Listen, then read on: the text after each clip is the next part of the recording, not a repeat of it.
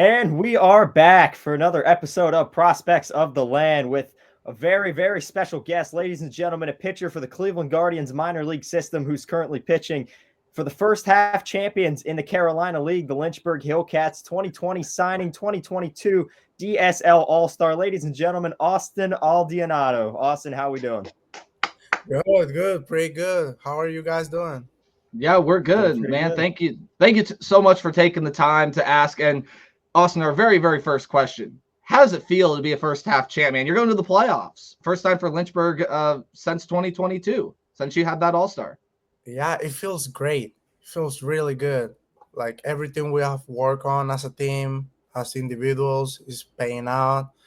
It's just like really good. It's fun to celebrate. It's fun to being with the team, with the coaches.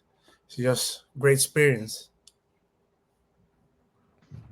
Yeah, for sure. Sort of one thing we like to do when guys come on here, kind of first question that we like to kind of lead with is kind of a fun one. It's can you name the starting lineup of your Lynchburg debut? Oh, So it was earlier this season. It was on April 6th. We will give you that context. We're going to give you an option here. We know you're a pitcher that comes out of the pen. So you can either name the starting lineup that was giving you run support, or you can name the pitchers that also played in that game surrounding you. Or you can do both. well, Which one are you more I'm confident gonna in? start with the pitchers. Okay, go for it. Uh, that day was starting Jacob Seven. That's correct. Three Um, innings for him. Yeah, I think that then it was me right after him. Yep, it was you. Um, then Isaac Martinez came There on. we Now go. he's in Lake County. Um, then we got Schlesinger, That's Rafe. correct. Yeah. Um, he was for about like 4 innings, maybe. Yeah, he went on there for 3. He was a pretty lengthy appearance out of the pen. Pitched well that day, too. Yeah. The last pitcher, I know there's one more. Yep, there is. He got the win that day. Um,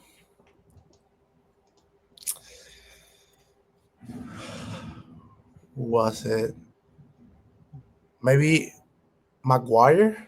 It was McGuire. There we go. You rounded it out. You finished it. Those were all, 5? Yeah, all 5, including yourself. There you go. Very good job.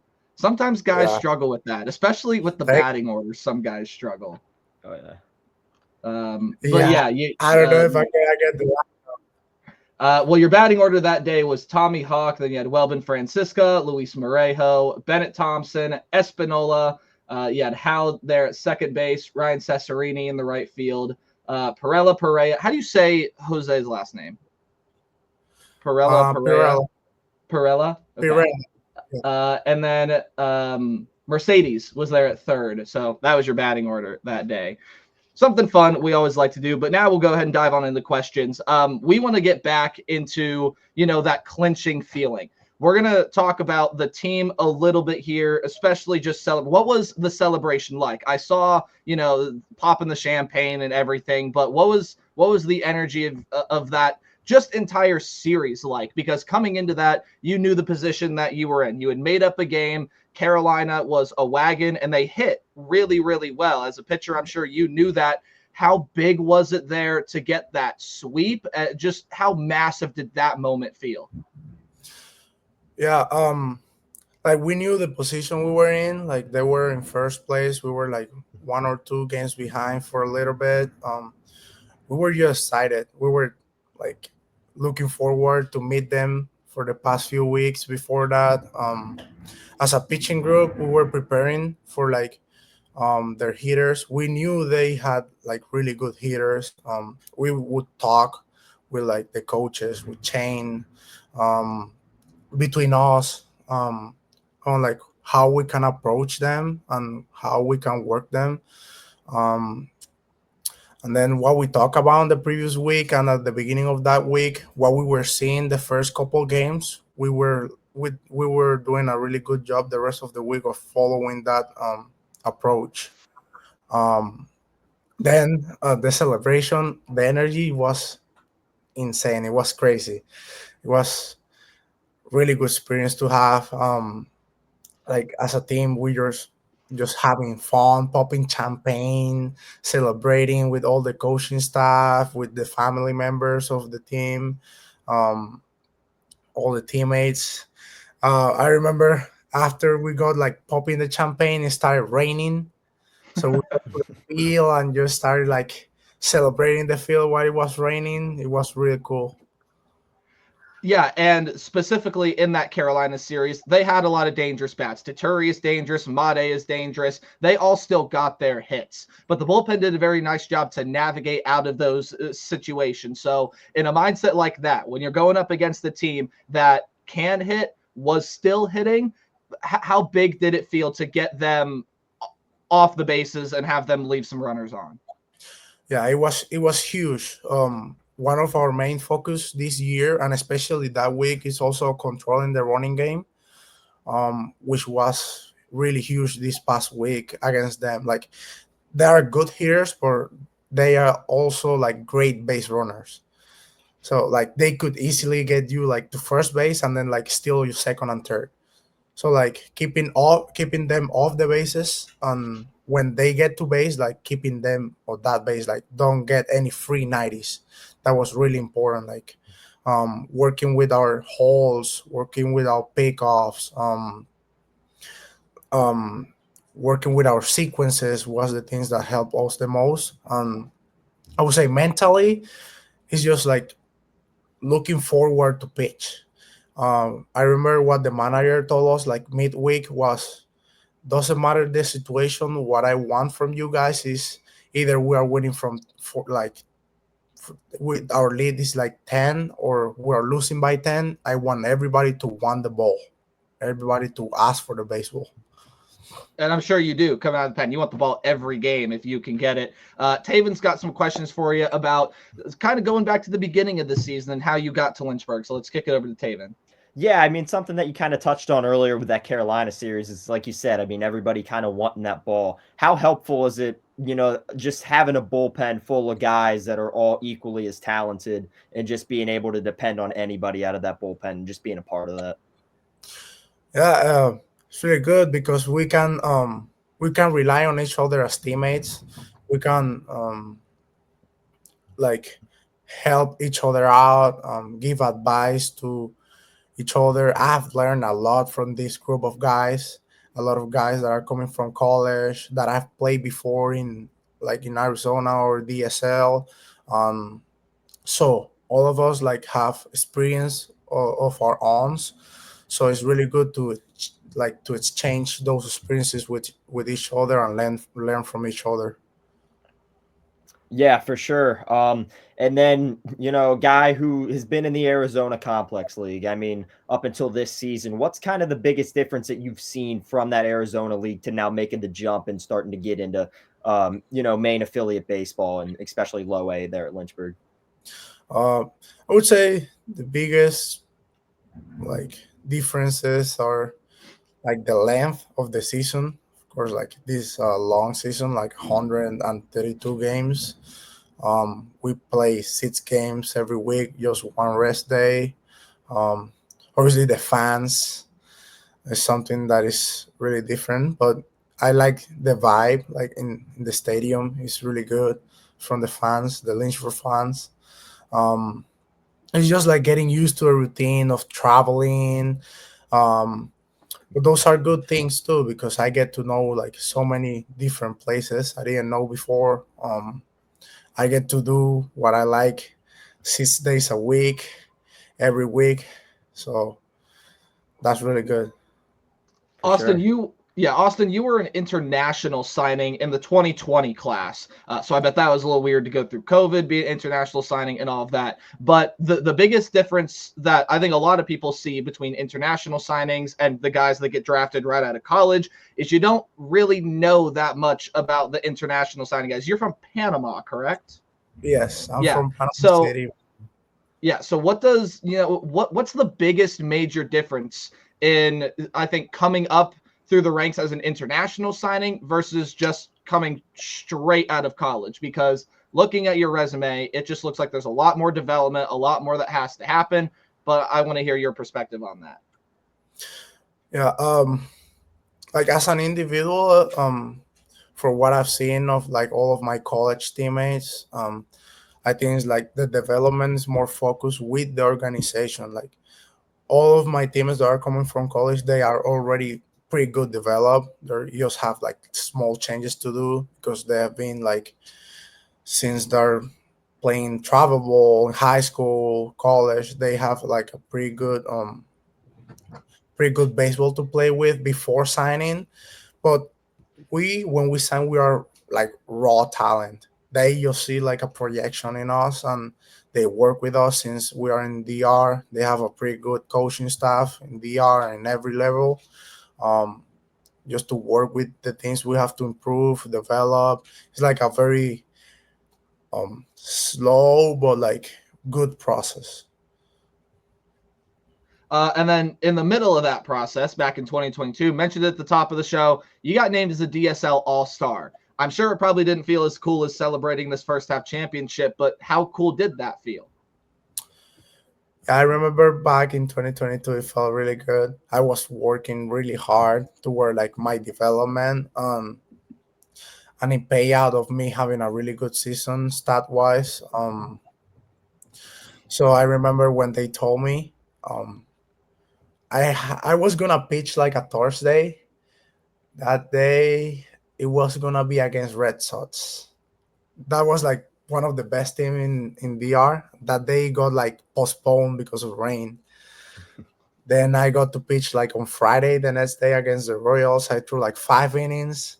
Then they told me, "Hey, you are going to the All Star game on Sunday, but you are not pitching because you only have 1 day rest." I'm like, well, anyways, it's gonna be a good experience. Like, and it was really cool, like being in the All Star game. It felt like it was in DR, but it felt like I was in the big leagues. So it was really good. Do you remember anyone else that got named to that All-Star team? From Cleveland, I remember Jason Chorio was named an All Yeah, Star. that's the name I had in Um, my head. yeah, and then Jose Cedeno, who was a catcher, he's no longer with us, but he was also named that year. Um, I have a friend from the Pirates who was named too. He's in the FCL right now. Um, and maybe some other guys I remember, but right now on top of my head, I don't remember. That's okay. Jason Churio was the big one. That's the one I had in my head. Taven? Yeah, that's a heck of a name to obviously be on a team there with for an All-Star game. So yeah. I mean, just so let's talk about some of the other talent that surrounds you. So going back to that Carolina series, I did want to ask this. How big of a focus was it as a pitching staff that you knew that you were going to have to try to clinch the first half there, or maybe even just get at least ahead of Carolina without probably a guy that's been your best pitcher all year, and that's your starter in Jogly Garcia? Yeah. Yeah, that was really important. He not being available.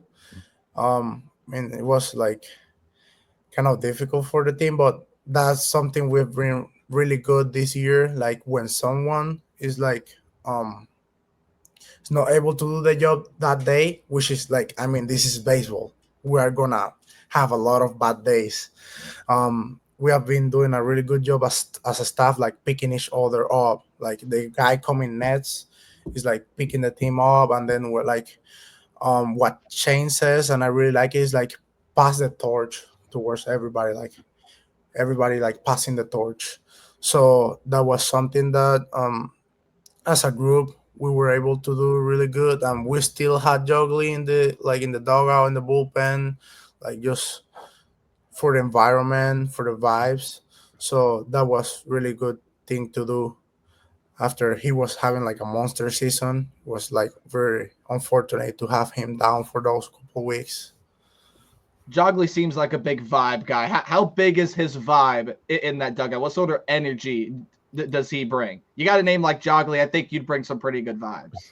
Yeah. He really nice dude. He likes like picking up on teammates like in a fun way. Like he's very close like with me, Alcantara. Like we like messing around like before training. We ride together to a field, so it's just like really fun to be around him. Austin, Taven's going to ask you about a couple of guys that you also see within the organization, and one of them happens to be a pretty good base stealer.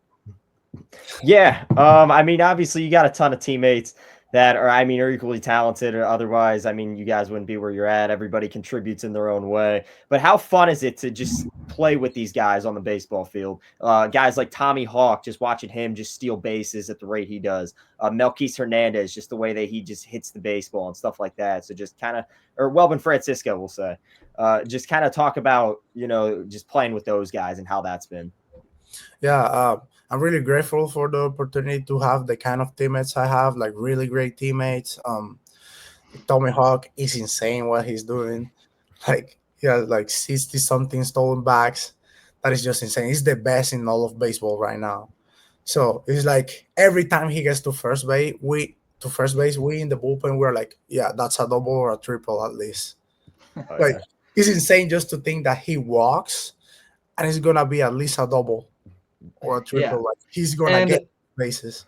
And to add on top of Tommy Hawk, Austin, from a pitching standpoint, obviously when you got a base stealer over on your base path, especially as dangerous as Tommy Hawk, just is it his pure speed? Is it his jump? What makes him so hard to defend and hard for other catchers to throw out? In his case, I would say it's both. He's super fast, but he also is like he has great baseball IQ. He has a great jump when stealing bases. So like everything combined, he's just like a smart player and really fast. He gets like he gets advantage for it. And does that kind of, have some effect on, maybe, in your opinion, a pitcher going up against him? Like, hey, I can't walk this guy, or otherwise he's going to kind of burn me on the base pass. So do you think that kind of might change a pitcher's approach while going after a guy like that? And to Yeah, even add on to that, you can't even, try to pitch at him because he hits over 300. yeah, of course. Like as a pitcher, if I'm honest with you, I wouldn't like to face the Lynchburg Hillcats as a pitcher. It would be hard. Like we steal bases because like it is crazy. Like you say, if he either walks or he hits a single, and anyway, it's gonna be a double or triple. Yeah, it's insane. So I guess I'll ask you this question, because I'm sure you have to pitch against him in live ABs and practice and all sorts of stuff. How do you manage it?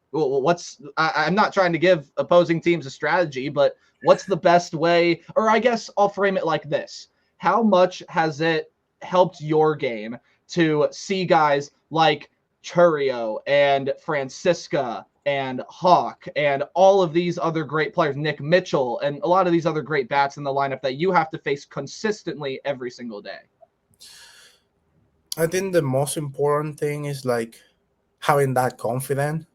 Um, when you have to face against great talent, it's hard to forget that you are in the same level too, and you have the capabilities of like winning the battle. It's just like baseball is just a battle. So it's just like having the confidence and trying to get your best stuff. Like statistically, like they're gonna get out like 7 out of 10. So it's just like going to the strike zone and like obviously like be careful, study their weaknesses, but also like pitch with our strengths. That's like I would say the most important thing. I guess those great hitters. Yeah. Austin, I'm a big stuff guy. I love hearing what pitchers throw. So, for as much insight as you can provide, what does your pitching repertoire look like? What does Austin Aldeano, come up and holster in when he's on the mound? I have a 4 pitch mix right now. Like forcing fastball, but I'm like kind of like a 3/4 guy, so it has a lot of run.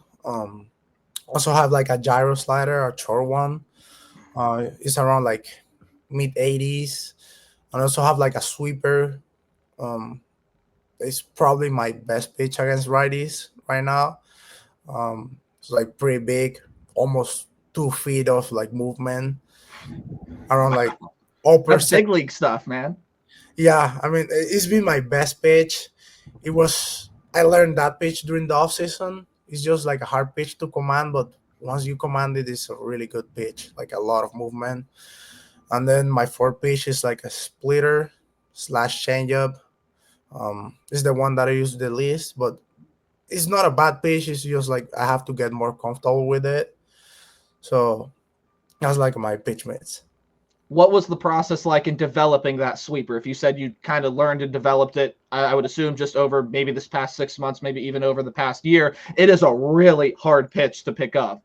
But you can't beat 2 feet of horizontal break. You just can't beat it. Yeah. Well, I never thought I was capable of throwing a sweeper because I've always been like a changeup guy, a pronation guy.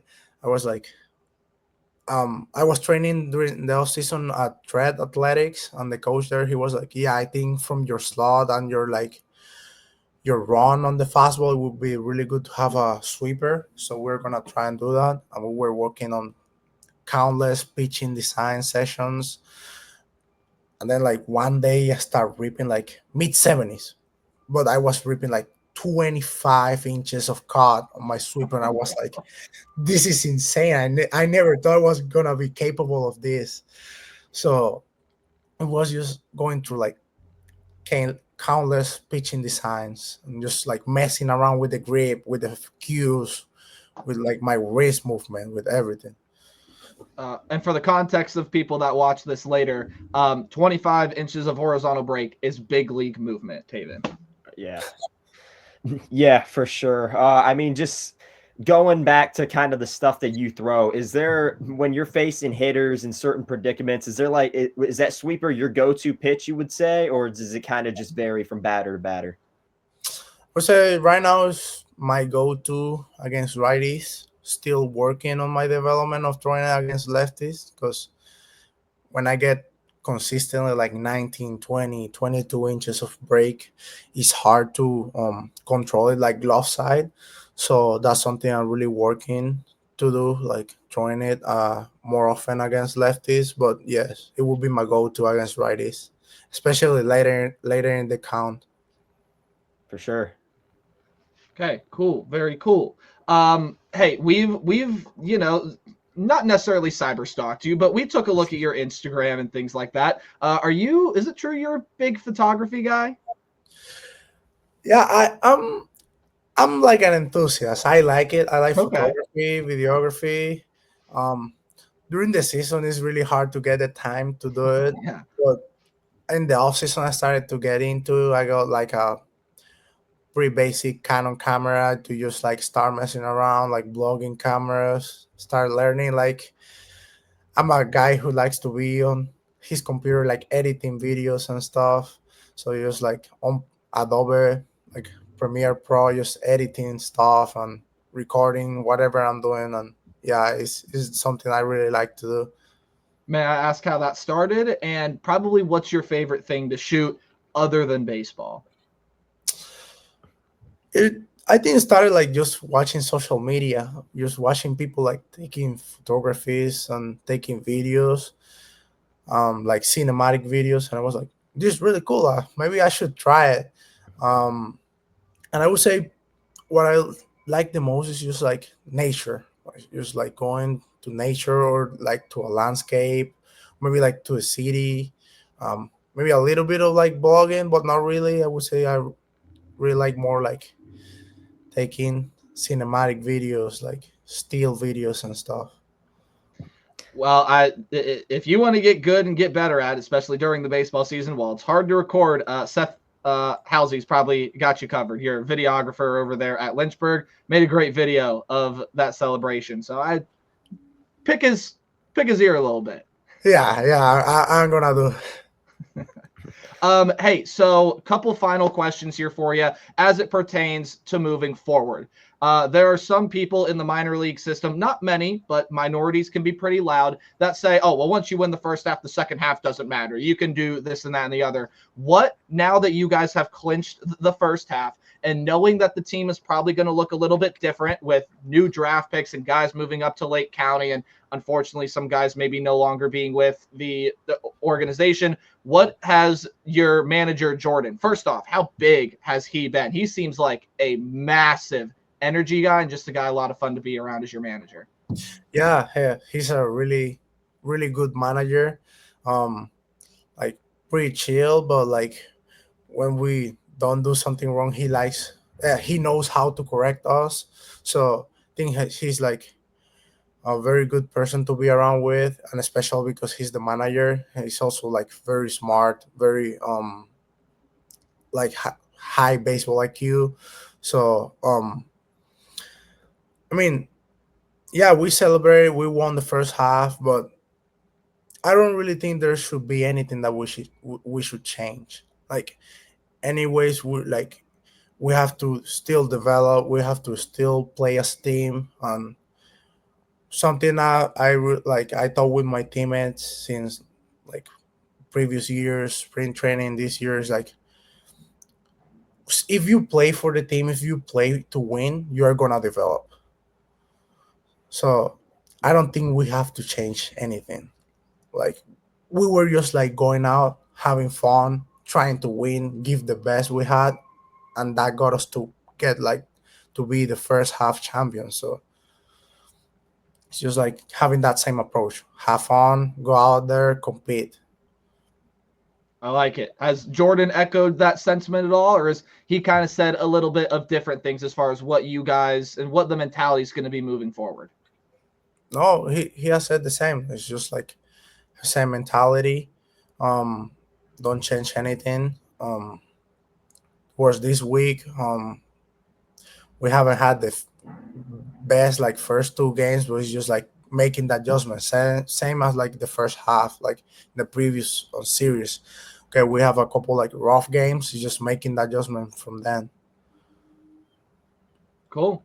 Awesome. I know you guys are right now currently you've lost the first two games against Augusta, but that's a team fighting for a playoff spot. So they got a lot on the line here. I'm sure you guys will pick up a couple wins here moving on forward. As far as you personally, what is either the biggest thing you have learned or the biggest thing you are focusing on moving forward with your development? Because I know some of the stats and stuff at the surface don't look great, but 25 inches of vertical movement, you can't beat that. And you seem like a guy that's very fiery, passionate, and just wants to get out there and pitch some baseball. And you've developed pretty darn well. So what's the biggest thing you're focusing on moving forward? Because the thing that I say about the minor leagues, as much as it is a team sport and you want the team to win, everyone is also trying to develop and get to that next level. So how do you balance that? Also this year the thing that I'm focusing the most is like this is my first year like coming out of the bullpen consistently. So it's just like finding that routine as a reliever, getting used to it, getting my body and mind prepared for the game, even though I don't know where I'm gonna pitch or what inning, what situation. It's just like be ready for everything. Just I go out there, have a really good mindset, focus on what I need to focus, and leave the other stuff away. Um, just go out there and compete, and every single day, like, be accountable of what I need to improve, what I need to keep doing good. And every day is a huge opportunity to like keep improving, even if it's like small things. Over time, it's gonna compound into something like a good development over time. So that has been like this year for me, learning my routines from the bullpen, I would say. I'm sure Taven's got a final few questions for you, and then we'll get you out of here. Taven? Yeah, I mean, last thing kind of on my end is, just as yourself, talking to, the Cleveland Guardians kind of fans and everybody, what's one thing that they should know about Austin Aldeano? Um, so like I'm really passionate about baseball. I really love. I've been doing this my whole life since I have like a memory. I started playing when I was maybe like 2 years and a half. Wow. But like I got into an academy at that time. But before that, even I think I wasn't even able to walk, and I was holding a bat and a baseball. So it was crazy. Um, so I'm really passionate about baseball, about God, about Jesus, like something really big on me, like my relationship with Jesus.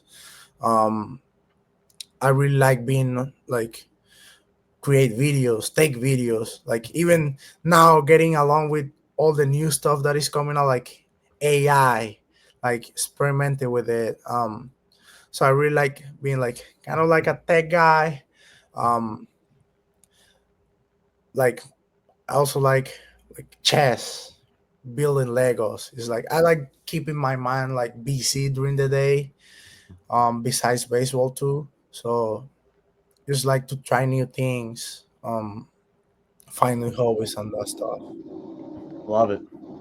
All right, Austin, what's the rest of the day look like here? What's the sort of game day process, especially when you're on the road? Yeah. Well, right now I'm at the hotel. So it's like when we are on the road, we practice a little bit later. The home team always practice like first. So around like 2:33, we go out to the field. Just get our like prep routines, like get mind and body ready, prepare the arm. Just around like 4:35. We go out there, do our throwing program, um, go back to a clubhouse and just get ready for the game. Um, like today we don't, but we lift twice a week, so we just go out like to a local gym and lift, get our lift done early during the morning.